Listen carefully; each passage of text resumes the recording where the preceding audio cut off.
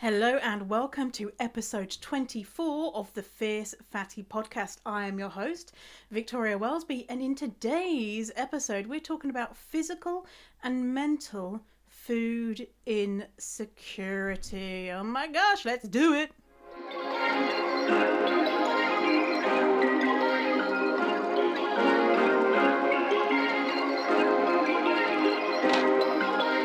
Perfect. You're listening to the Fierce Fatty podcast. I'm Victoria Wellesby, TEDx speaker, best-selling author, and fat activist.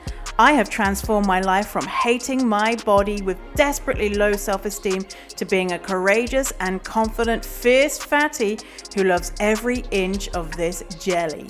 Society teaches us living in a fat body is bad, but what if we spent less time, money, and energy on the pursuit of thinness and instead focused on the things that actually matter, like if pineapple on pizza should be outlawed, or if the mullet was the greatest haircut of the 20th century.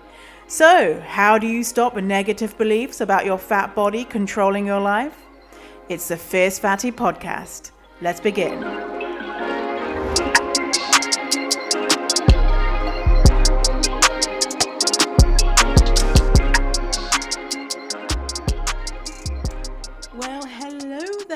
It is April Fool's Day. There's not been any April Fool's stuff around the internet today, has there? Probably because we're like, don't fool us. We can't handle any tricks right now. So, hello, welcome. Hey, did you know that as of a few episodes ago, I started recording the video for the podcast, and I'm putting it on YouTube because I know a lot of people like to consume the video and look at my gorgeous face. So if that's you, if you want to see what I look like or where I'm recording the podcast or my wanky hair at the moment, then go to YouTube. The link is in the show notes. The show notes for this episode is fiercefatty.com/024 for episode 24. fiercefatty.com/024. And my hair is wanky because before the pandemic came, I was late in getting my hair cut, and I had made an appointment like the Monday before everything closed. I went to the store and it was closed, and so my hair needed to be cut like 3 weeks ago, and it was like maybe a month overdue for being cut. And because I work from home and I'm in the middle of nowhere, then it's really easy to not get your hair cut because not that many people see. And now my hair is like so long, the longest it's been in a year. And because it's super short, my hair is really, really short. It was shaved. If you want to see the video of me getting my hair shaved, go to my YouTube channel. And so any type of length feels insanely long. So I've probably got on the side of my head an inch of length, and on the top of my head a few inches, and I don't know what to do with it. I don't know how to style it. Someone tell me how to style it. I've never had hair this length before. Yes. Help me, someone help me. Yeah, so hey, thank you for your reviews that you keep sending me. I so appreciate it. If you leave a review and before you submit it, so if you do 5 stars and then you write something, take a screenshot and then email it to me, victoria@fiercefatty.com. I'm going to send you a digital copy of my book, best-selling book, Fierce Fatty, a digital and audio version for you. And if you're in quarantine, and hey, some free stuff to keep you entertained. So do that. And the reason why I say take a screenshot before you submit the review is when you write a review, it will, once it's submitted, it goes into this like black hole, and then it will come up and be on the internet in God knows how long.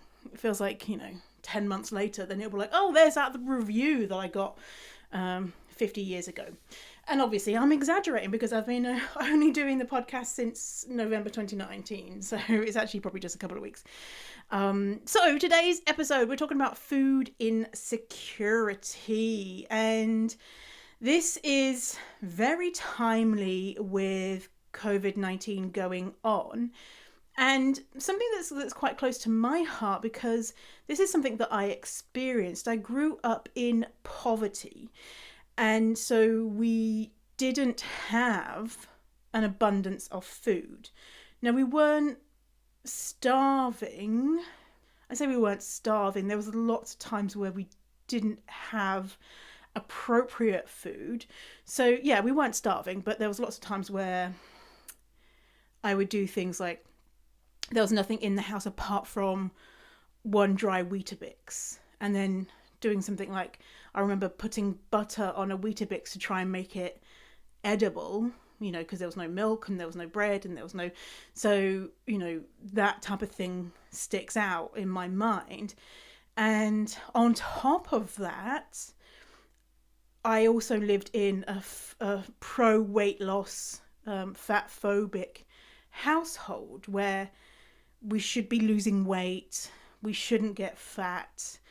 And that was very confusing, as you can imagine, because when food did come into the household, when we had food come in, when we did our weekly shop at Quick Save in the UK, those who remember Quick Save, it's not a shop anymore, but it was like the cheapest of the cheapest of the cheapest places that you can go and buy food, and it was all very low quality, and you wouldn't want to be caught in there if you were, as a young person. You wouldn't want your friends from school seeing you in Quick Save because it was like really embarrassing. Anyway, and on top of that, one of my sisters had bulimia, and so we didn't have food often. When we did, we were told, don't eat it because, one, we don't have food and we need to make it last. And two, you don't want to get fat. And on top of that, having a sibling who, because of their mental health issue, would take the food for herself. And so it meant that we had to...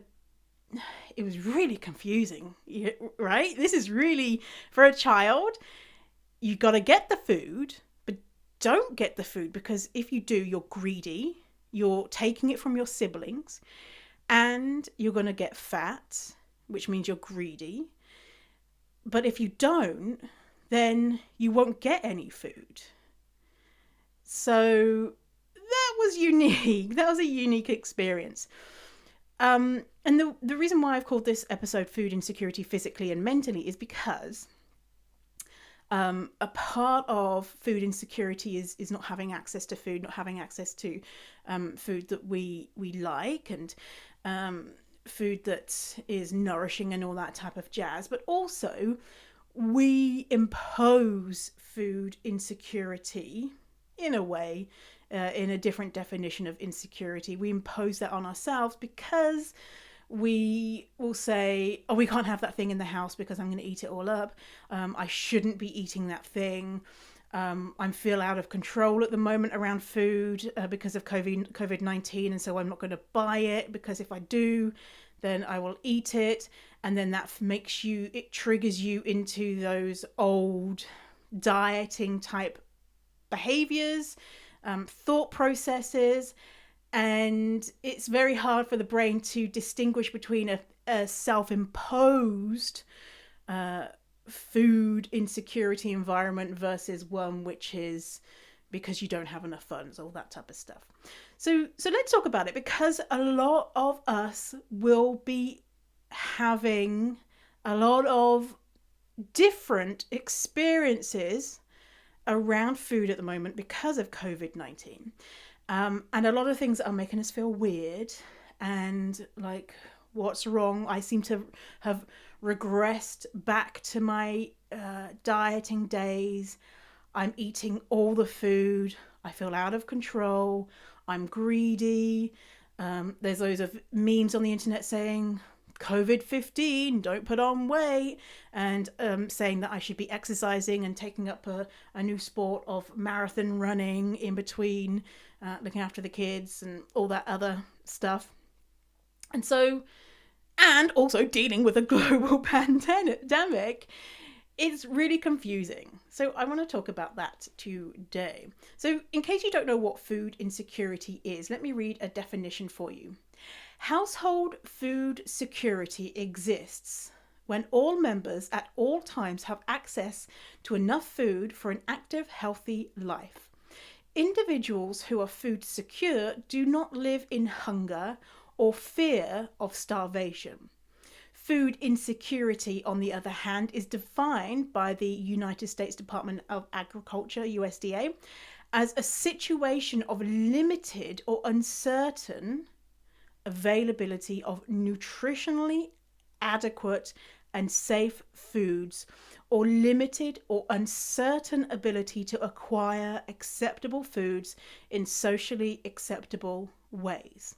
Let me read that last bit again and see how this mirrors potentially your current experience being isolated, if you are social distancing, going to the store, and then not being all the food that you want. Food insecurity, defined by the USDA, is as a situation of limited or uncertain availability of nutritionally adequate and safe foods, or limited or uncertain ability to acquire acceptable foods in socially acceptable ways. That sounds very familiar to situations that a lot of people are going through right now. As an example, I live in the middle of nowhere in Ireland, as you know. The Irish government have just announced that we are not allowed to travel further than 2 kilometers to get food. Being in the middle of nowhere, 2 kilometers away is the local village. I say village, I'm like, village. It has one grocery store, and it's not like a grocery store like a grocery store. It's one of those little places. I don't even know what the word is, but it doesn't have a lot of stuff. And so knowing that it doesn't have a lot of stuff, it will have maybe one packet of pasta and maybe one pasta sauce or something like that. Irish people love bread, and so when you go in, there's not really any bread. The milk, you can only buy maybe 1 pint of milk versus the big things. There's not going to be a lot of variety, so I wanted to get mushrooms to put on a pizza, and there was no mushrooms. And so it's not like there's not stuff, but it is potentially nutritionally not nutritionally adequate, and uncertain ability to acquire food. Because this has happened a couple of days ago, I don't know how much the locals are going to ransack the store, because what we tend to do around this area is we'll travel an hour to get into the city to go to the big supermarket grocery store. And now we're not allowed to do that. So who knows if the locals are going to panic and just, buy everything. I don't know, right? So it feels uncertain at the moment. Now, there are different levels of food insecurity. There's 2 different levels. So there's low food insecurity. So low food insecurity. And that means that there isn't many choices, or the choices aren't good. So that is probably where a lot of people are right now. There isn't many choices, or the choices aren't good. There is also the next level of food insecurity is very low food insecurity. And that's when you don't have enough food, or you have to eat less. And so there's no food to buy at the store. Now, depending what country you live in, like I live in Ireland currently, the UK is next door. It's an hour away. The UK is an hour away. That's where I go to get my groceries when I was allowed to. And Canada and the US, there's enough food. Okay, there is enough food. We are not in a place where we're in any type of actual food crisis. It's just people at the moment are buying a ton of food because people are feeling food insecure. And a way to help overcome food insecurity is to buy more food. And other types of insecurity, how people are buying toilet paper. I don't think it's much now, but when it first started, people were like, well, toilet paper. And it's because other people were buying toilet paper. And so you're like, fuck, I need to get toilet paper, right? So the reasons why people are food insecure, there's lots of reasons. But nothing on my research for food insecurity had pandemic. But pandemic, a global pandemic, it could be one. Most common reason is money.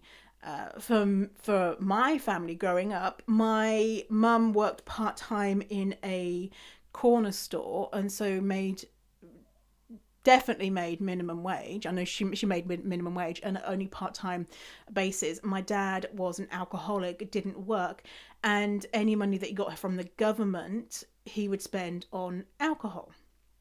So money was the reason for us that we were food insecure, and mental health issues, because my dad had a mental health issue. Other reasons: change in employment. That could be a big thing for people listening. If you've lost your job, or your job is not paying you what it normally pays, it's so mind-boggling to me that companies will do this. Companies who have money will lay people off, will reduce their salaries. Like my brother-in-law, he's worked for the same company for years and years and years, and they're like, oh, we're a family company, we really value you, and they'll put on like a yearly thing to say, oh, we love you so much, and they do really well. They're not a struggling company, and the Irish government have said you have to stay home. His job is non-essential. He makes cabinets, like woodwork, that type of thing. Definitely non-essential. And his company was like, well, we've got a big project we need to finish, so if you go home, then we're not going to give you any money. And he decided to go home, and the only money that he's going to get is from the Irish government. The Irish government are going to pay him 80% of his salary, but his company are paying him nothing. They're taking away his sick days, and so he's going to have no sick days or holiday days at the end of this, because his company are not doing anything to help the employees. How fucked up is that? There's going to be so many stories of this where companies show their true colors, and so his company are like, oh, we're such a family company, but when it comes to time that you need help from us, fuck you. Right? It's just so fucked up. Change in circumstance, change in location. So a big thing is, so this is my example, is where you live. Maybe if you change location, you're not close to a big store, you don't have the transport to get to a big store, you don't have a car, etc. And with my change in location is a change in distance that I'm allowed to travel. Other factors: disability, illness, mental health issues, abuse. And so you could be experiencing food insecurity because whatever situation you're in, your parents, your spouse, whoever is abusing you and not allowing you to buy food, not giving you access to food. And that was also another experience of mine. Ooh, my relationship with food was complicated. When I was 17, I met a 30-year-old abusive alcoholic creep. Dated him for a couple of years, and he wouldn't let me eat food the food that I wanted to. He decided a meal plan that I should stick to. If I ever deviated from it, there would be consequences. If I ever wanted to, say if we were out and about and I would say, let's get some lunch, he would only let me have half of the lunch. And so I experienced food insecurity due to abuse. So it took a long time for me to fix all that in my brain. Now, the effects of food insecurity, basically, it's bad. Forbes article I will link to talks, basically, you have worse mental and physical health because of food insecurity. Now, it doesn't matter if your food insecurity means that you don't have access to food, or if it is, like in my example, where I have enough food, but it's not as, it's not the normal variety that I'm used to. Still, you will have negative consequences. Now, this Forbes article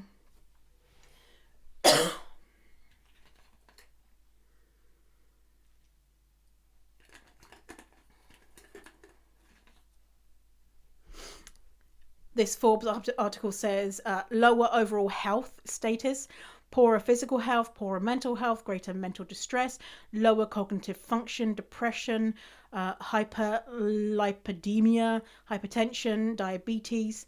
And as I mentioned, this is not just a lack of food, but other factors are at play. Now, because in COVID-19,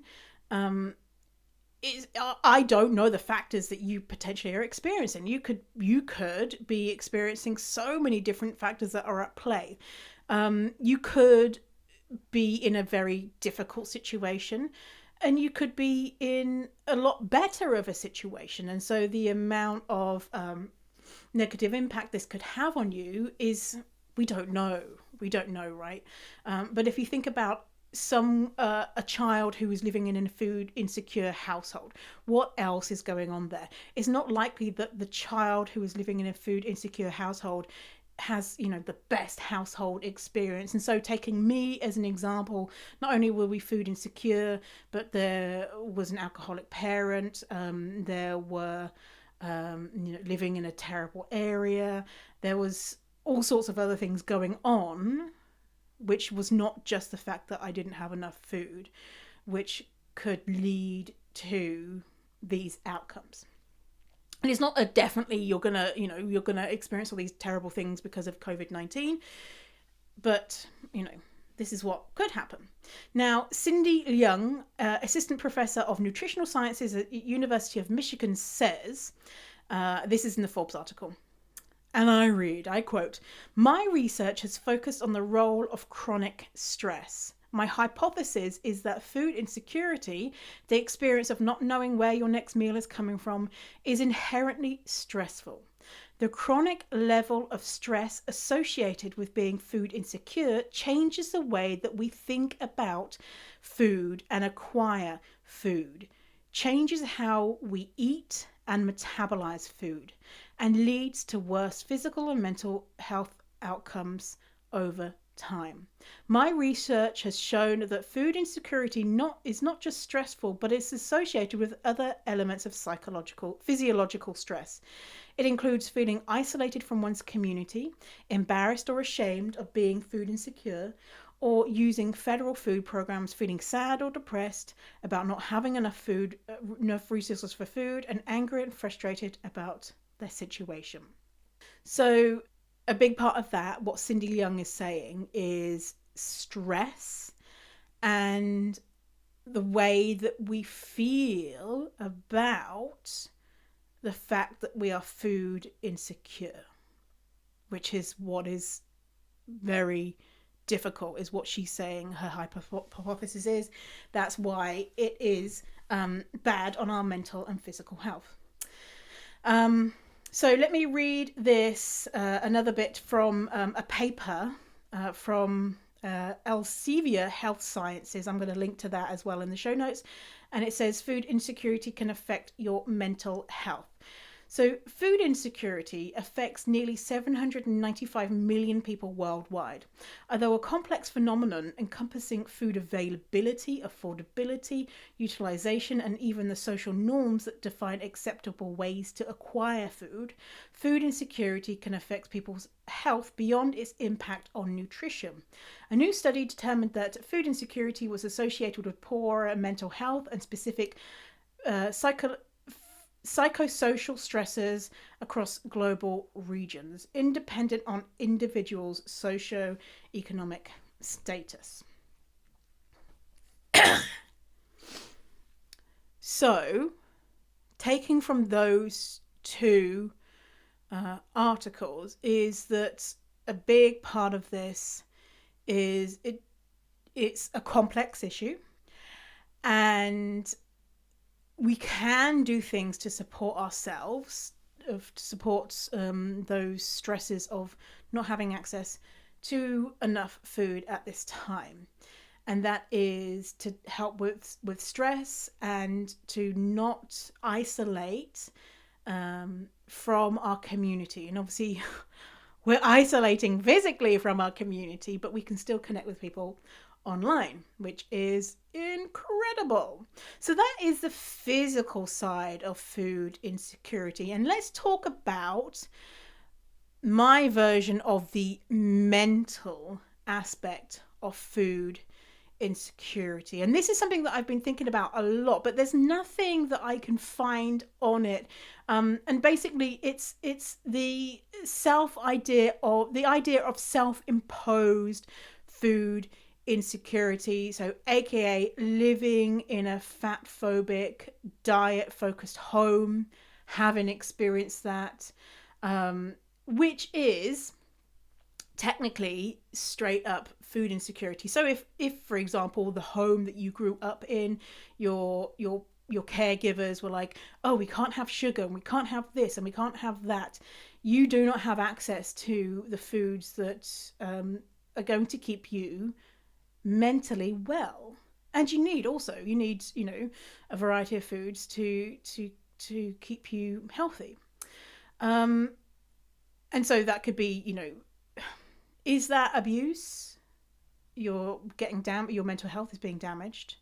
But as adults, we continue this trend, even if we didn't learn it in our home environment. If you've had any type of experience with trying to shrink your body or become healthier with the foods that you're eating in a disordered way, then you have engaged in a self-imposed food insecure environment.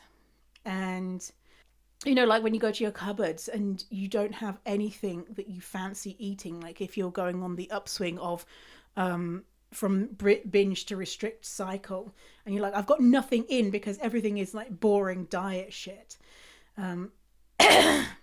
So we know food insecurity and dieting or diet culture can damage our mental and physical health.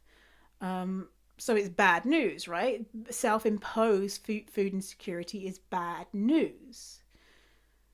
And we also know that our adventure to heal ourselves from the damage that we've experienced through diet culture and dieting, it's not linear.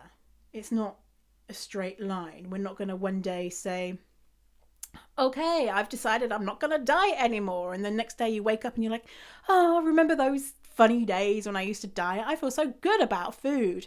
It's not linear, right?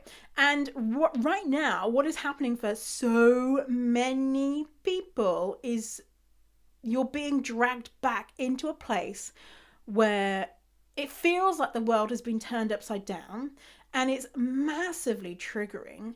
And it feels like you do not have access to all the foods that you need, all the foods that you want.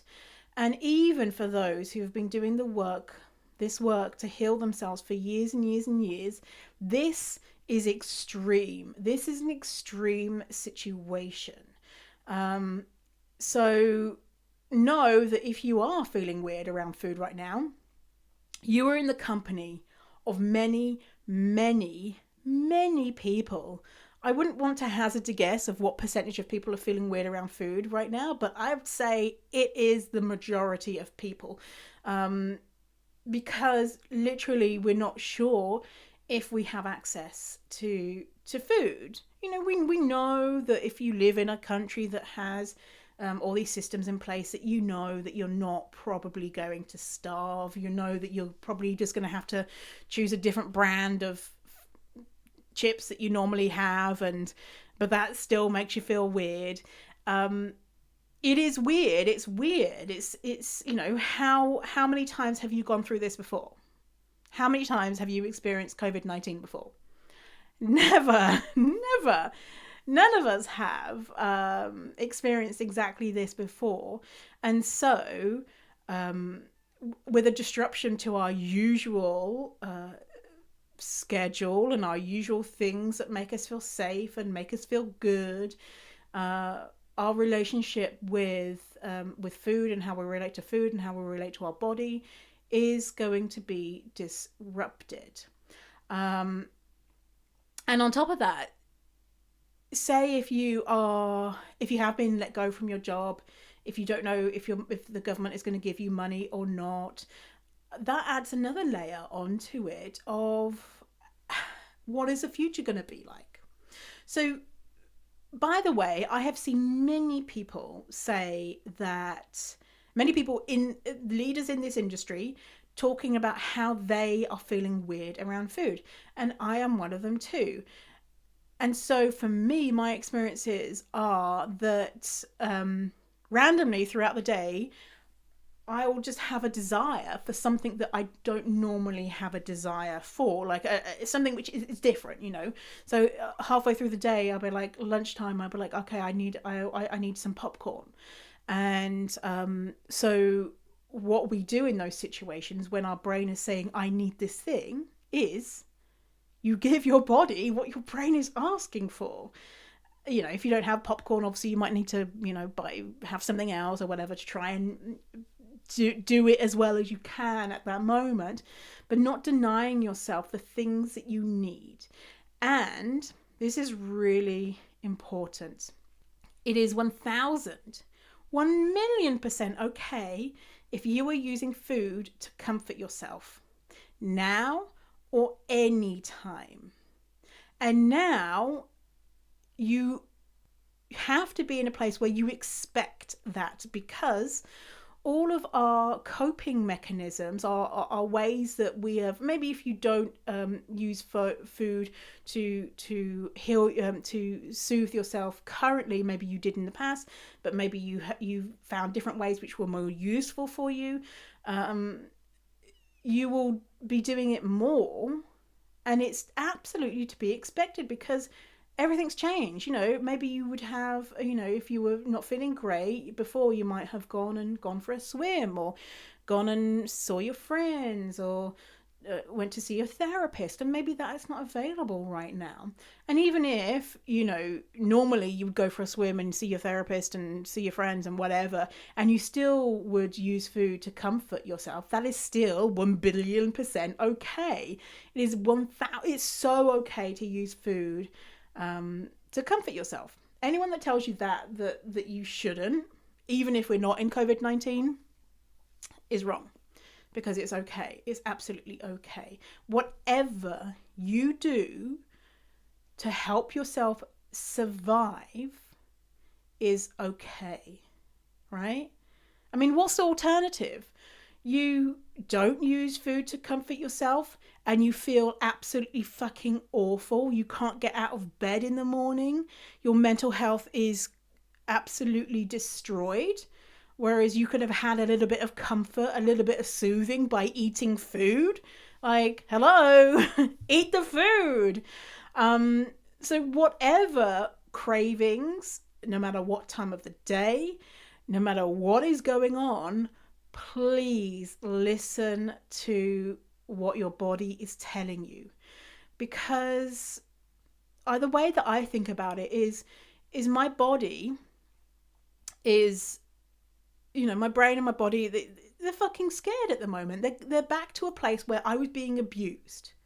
back to a place where I was living in a household when I was young, where I didn't know if I was going to get the food, and if food did come into the house, uh, a family member would take it, and I wouldn't have anything, and all of that stuff is rushing back.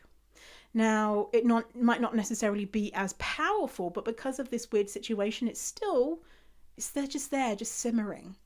And so I need to go back to what young Victoria, if I could go back to young Victoria, and young Victoria was like, I want some popcorn, but it's a kind of a weird time of the day. I don't normally have popcorn now. Like, should I have popcorn? Should I just not have popcorn? Adult Victoria can go to young Victoria and be like, bitch, here's your fucking popcorn. Here is a gallon of popcorn. Here is a room filled with popcorn. Please eat as much popcorn. You would want to go to that younger version of you, that child version of you, and sweep them up and be like, oh my God, we're going to eat all the food. It's going to be so much fun. You don't have to worry about it. Trust me, I'm going to get you the food.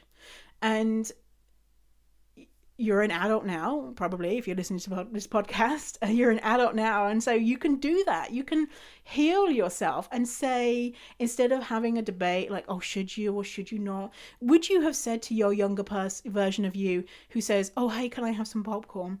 Whatever it is. Oh, but would you say, oh, but you really shouldn't be having that. You don't normally have that. Do you know how many calories that has? Do you know how many blah, blah, blah? Do you know blah, blah, blah? No, because you would know that would fuck up the younger version of you. You would just be like, here, absolutely have the popcorn and give them the big kiss and hug. So you need to do that for yourself now. You need to be quietening those thoughts and reassuring yourself that it is important. So important for your mental and physical health, for you to allow yourself to have the food, for you to buy as much food as you can to make yourself feel secure. So right now, my fridge and my cupboards are so filled with food, so that to the point where I'm just like, okay, I feel very, very secure around food at the moment.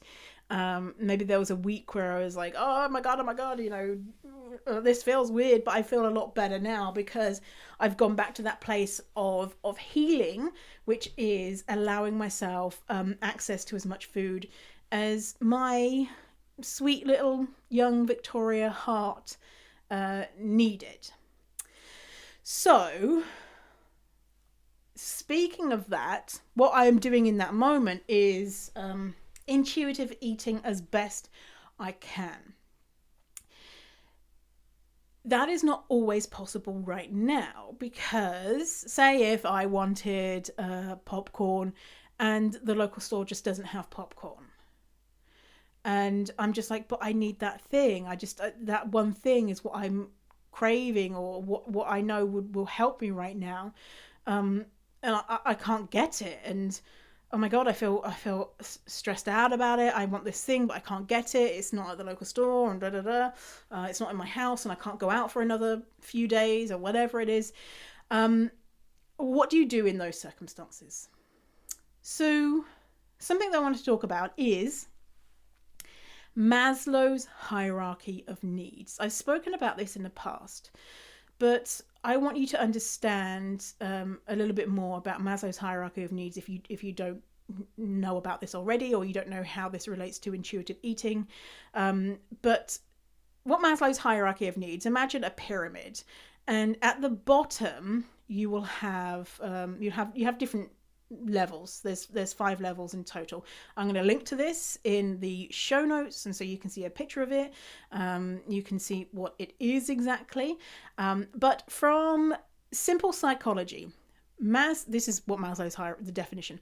Maslow's hierarchy of needs is a motivational theory in psychology comprising of a 5-tier model of human needs, often depicted as hierarchical levels within a pyramid.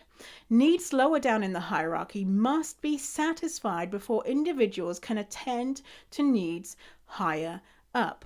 From the bottom of the hierarchy upwards, the needs are, so the first level is physiological, safety, so the next level is safety.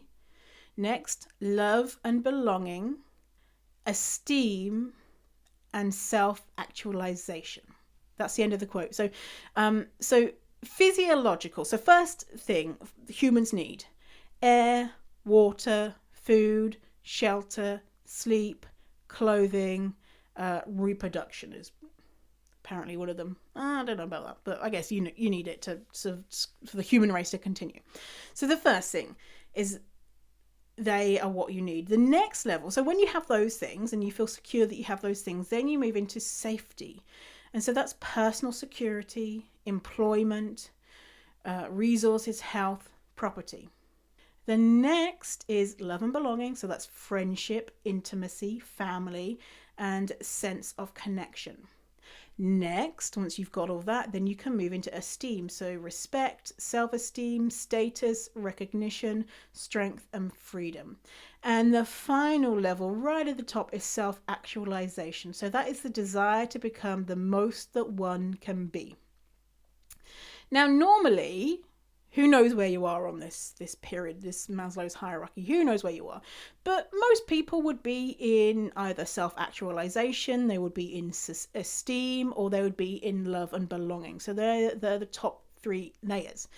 The bottom two are, having safety and security, and the bottom one, air, water, food, shelter. Now, just because of COVID-19, you could have been knocked down to the bottom layer because you don't know where you're going to get food from. Maybe you don't have a job, and so do you have somewhere to stay? Luckily, a lot of places are banning evictions, and so that's good. And so hopefully most people are not on the very bottom, they're on the safety need, so the next one up, which is personal security, employment, resources, health, property. Now, if you're in USA, if you're in the States, because Canada is not like this, health, you don't know if you're able to pay for health necessarily because of your absolutely horrific healthcare system. And so, what I'm saying with this is, you could be exactly where you are. You could not have moved in the Maslow's hierarchy of needs. But if you are unsure if you can get food, if you are unsure if you have money or a place to stay, it is very, very difficult for you to be in a place where you expect yourself to be self-actualizing. So self-actualizing, the very top of the pyramid, desire to become the most that one can be. And so that is healing. You could lump intuitive eating in with self-actualization, or the one below, which is esteem. So respect, self-esteem, status, strength, freedom. And so either way, intuitive eating is going to be on the top of the pyramid there.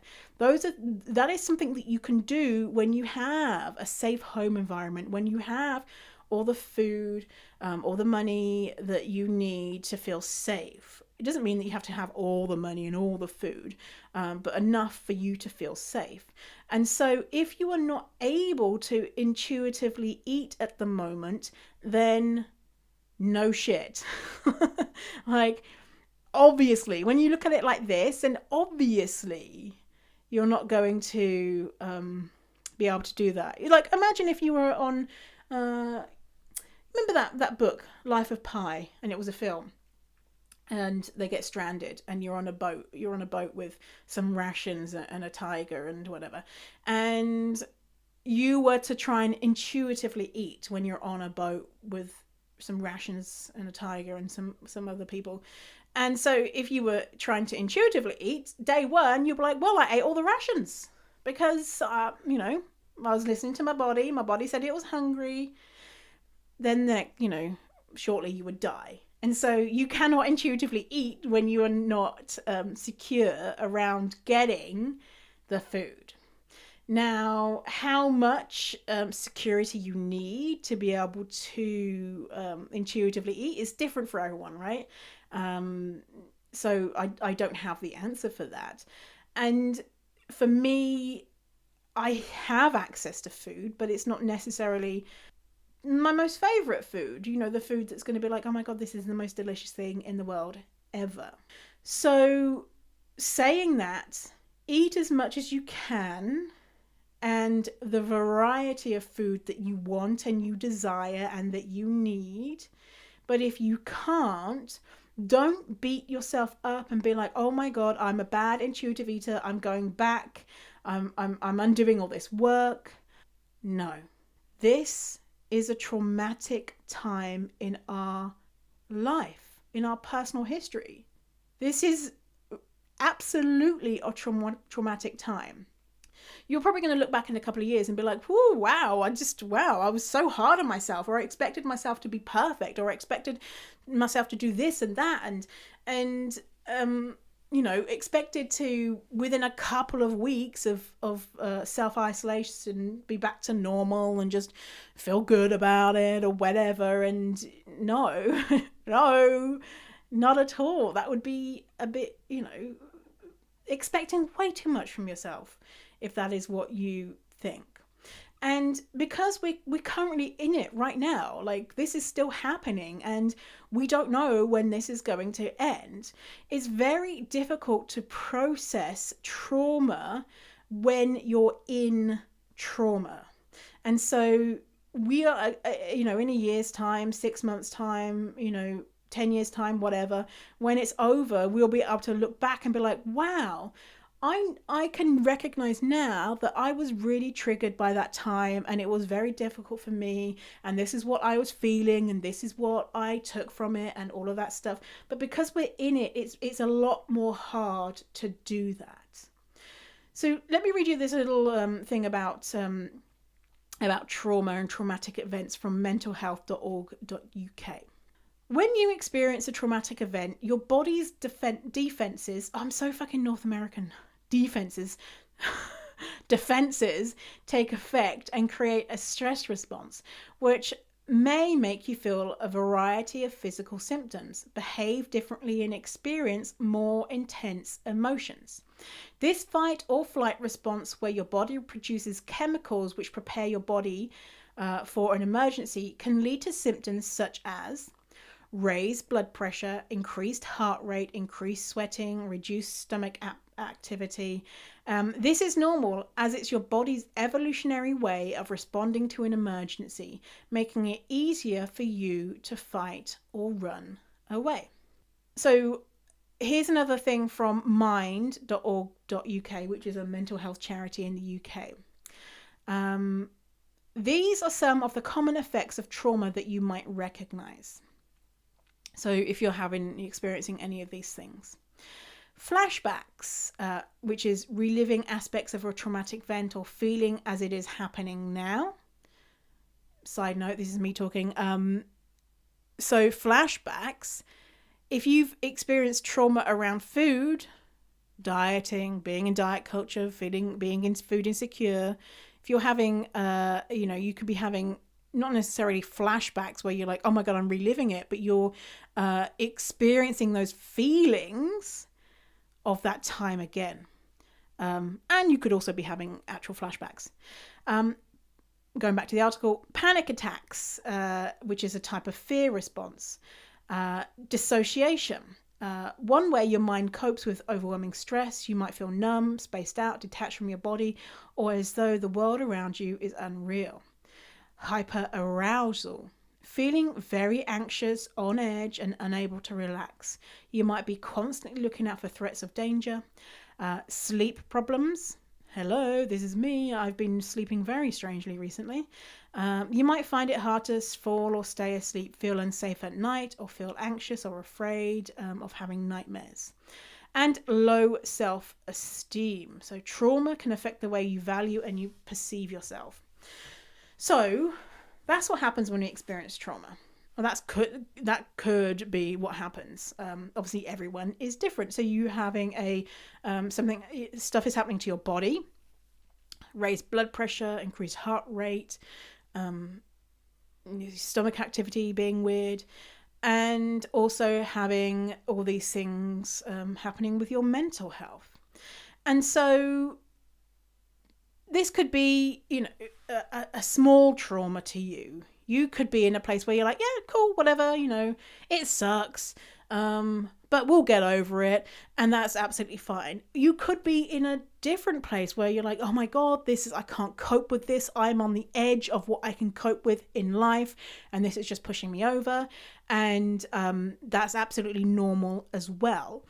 And because of that, the way that you relate to your body and to food, of course, is going to be weird, is going to be different, and it's scary. And so we are in the thick of it right now. We're in the thick of it.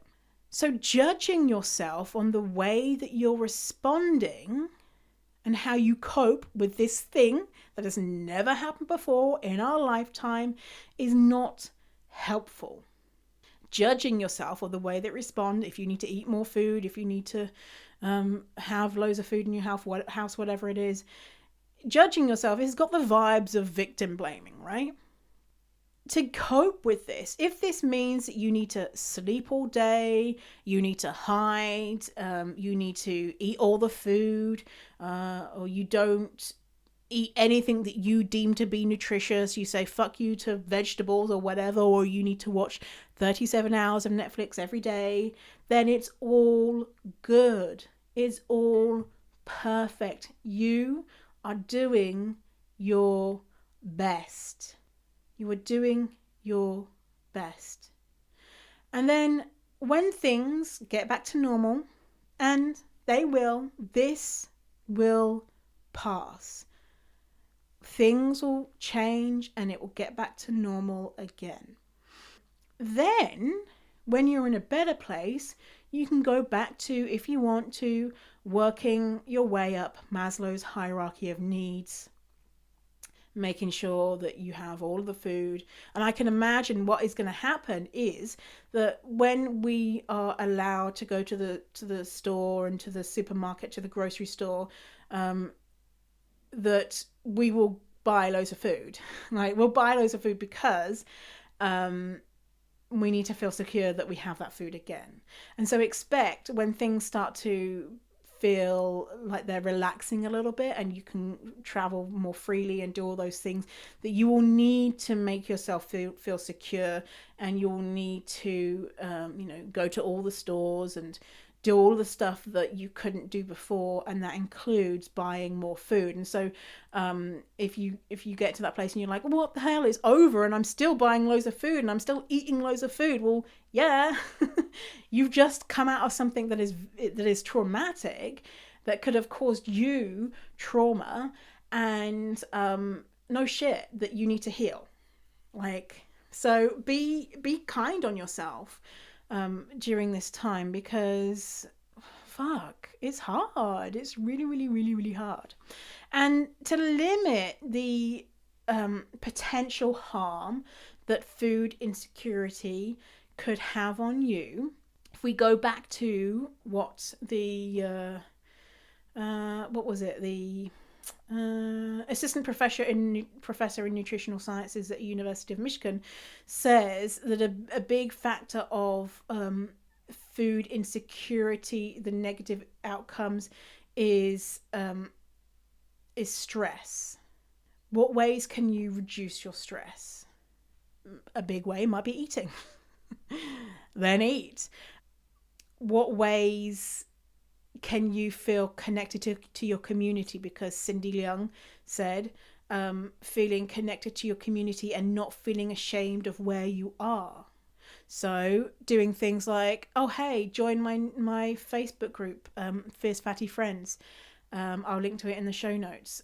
Get on Instagram, find all your fat positive accounts, reach out to people, get into anything where there's online groups and online support things. There's so much of it at the moment. Like, for example, my therapist tomorrow has a COVID-19 support group, building resilience and connection in times of uncertainty. And so that's something that my therapist is putting on for free.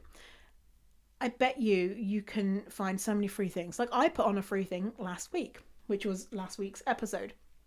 So getting connected with people, realizing that so many people are in the exact same boat, feel weird, um, f- feel like there's maybe something wrong with them with the way that relating to food. There's not. Um, and reduce your stress as much as possible. Some things that for me that help me is to recognize that why do I presume that I'm going to be just as productive now than I was a few weeks ago? Like, what's up with that? Why do I assume that everything is, you know, business as usual? Like I said in the last podcast, things for me is business as usual, as in business as usual, as in, I'm not having to work from home when I don't normally work from home, things like that. But business isn't usual because I'm being so much kinder to myself in regards to, like, I just don't feel like working today, and because I have my own business I can do that. But I think about when I used to have a real job when I used to work in the corporate world. I remember when I first got to Vancouver in 2009. I think it was 2009. The Olympics were on and I had just started working in Vancouver. It was the Winter Olympics, so I had just started working in July, so only a few months.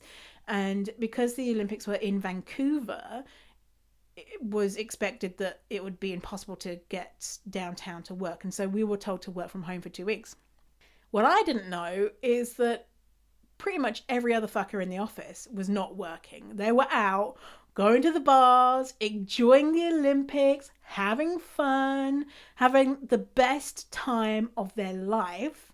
Because I was new, I didn't really know anyone. I was being the best I could be.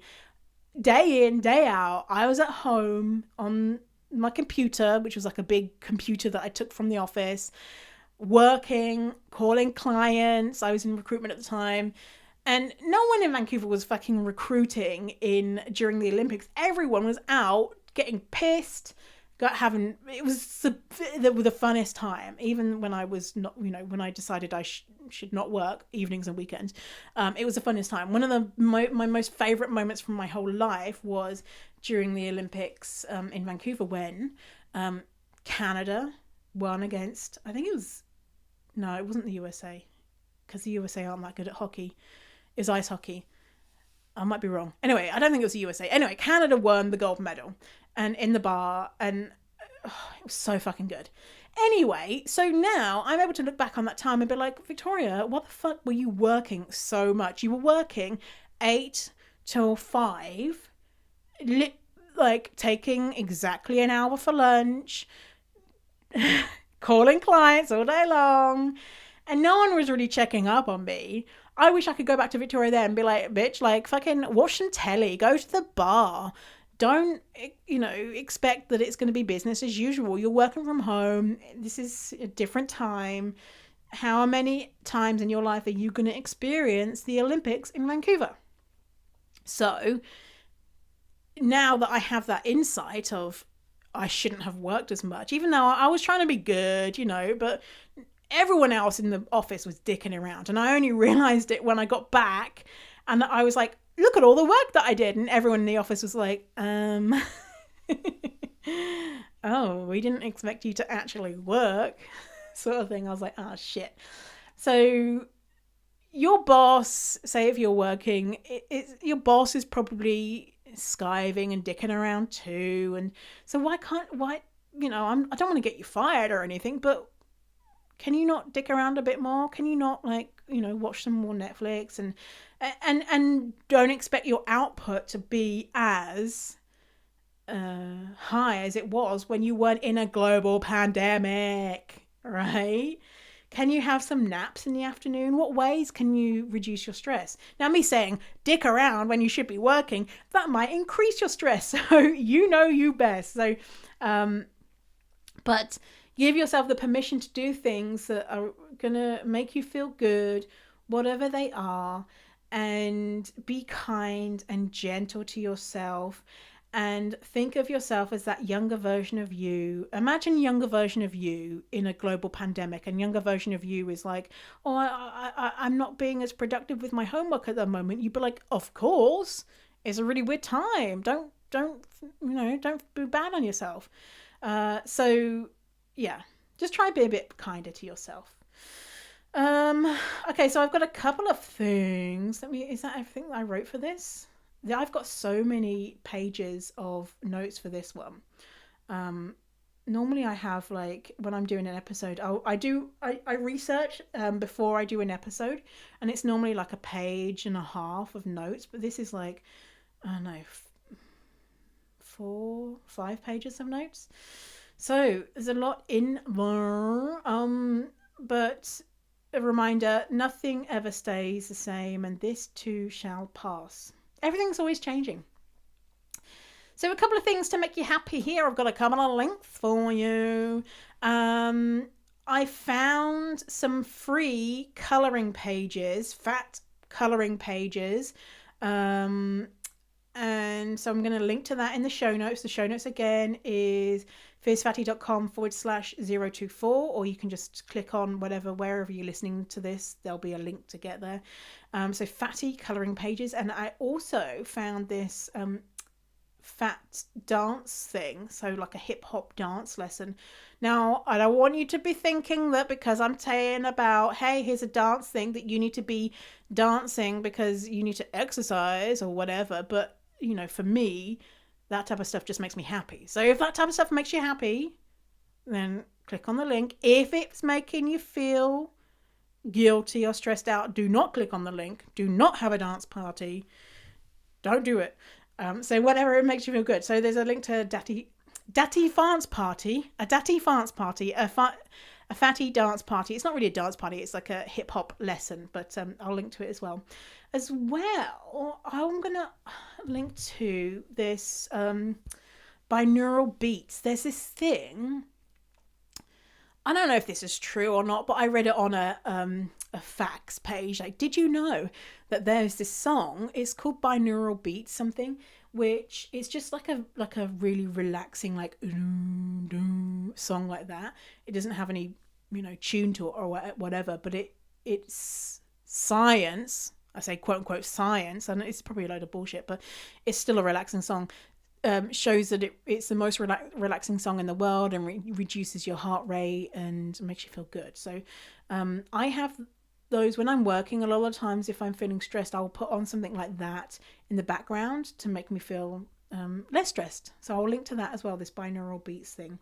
Let me just write it in the show notes. Binaural beats. Okay. Cool. So there we go. That's our show for today. I hope you enjoyed it. Keep those reviews coming in. The more reviews, the more people will discover this stuff. And this stuff is important, right? Right? Because we want to make sure the world is fat positive and not a big bunch of jerks. So yeah. Hope you enjoyed this episode. Oh, went on for a bit today. Oh no, I didn't. It's 1 hour and 1 minute. I was like 1 hour and 19 minutes because that's the seconds, but still.